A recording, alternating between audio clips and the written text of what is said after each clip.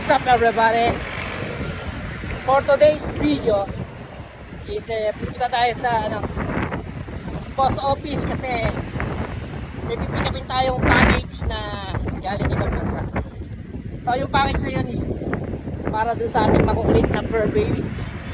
So yun, nakita nyo guys, nakapayong ako dahil sobrang init dito sa Danau City. Grabe, dito sa Danau City, Cebu. So ayan, dito tayo lalakad tayo along seaside. Alright, along seaside. So ayan guys, yun nga, kaya sabi ko may kukunin tayong package. So guys, kita-kits tayo sa post office. So bye bye, update ko kayo pag nakuha natin yung ating package. Alright, tuwan-tuwa na naman ang ating mga fur babies.